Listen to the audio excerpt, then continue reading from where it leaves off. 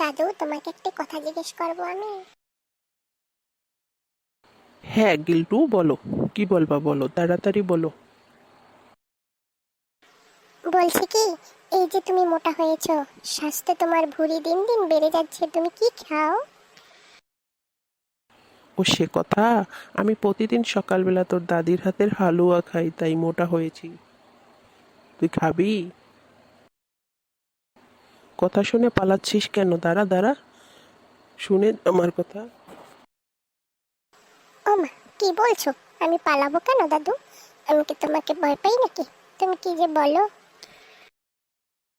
তা তোর কি আমার মতো হতে ইচ্ছা করে? তাহলে বল, তোকেও বানাতে পারি আমি। আরে দূর বাবা, তুমি আসলেই একটা পাগল। এত মোটা মানুষ কি ভালো লাগে? দেখতেও ভালো লাগে না, কাজকর্ম করতে পারে না, চলাফেরাও করতে পারে না, কত অশান্তি। যা যা বাড়ি যা, আর পাকনামি করতে হবে না। নিজেরও চরকায় তেল দে, আর ঠিক মতো খাওয়া দাওয়া কর, আমার মতো মোটু পাগলু হয়ে যাবি। যাচ্ছি যাচ্ছি, তুমি ভালো থাকো। আমি আর আসবো না তোমার সামনে।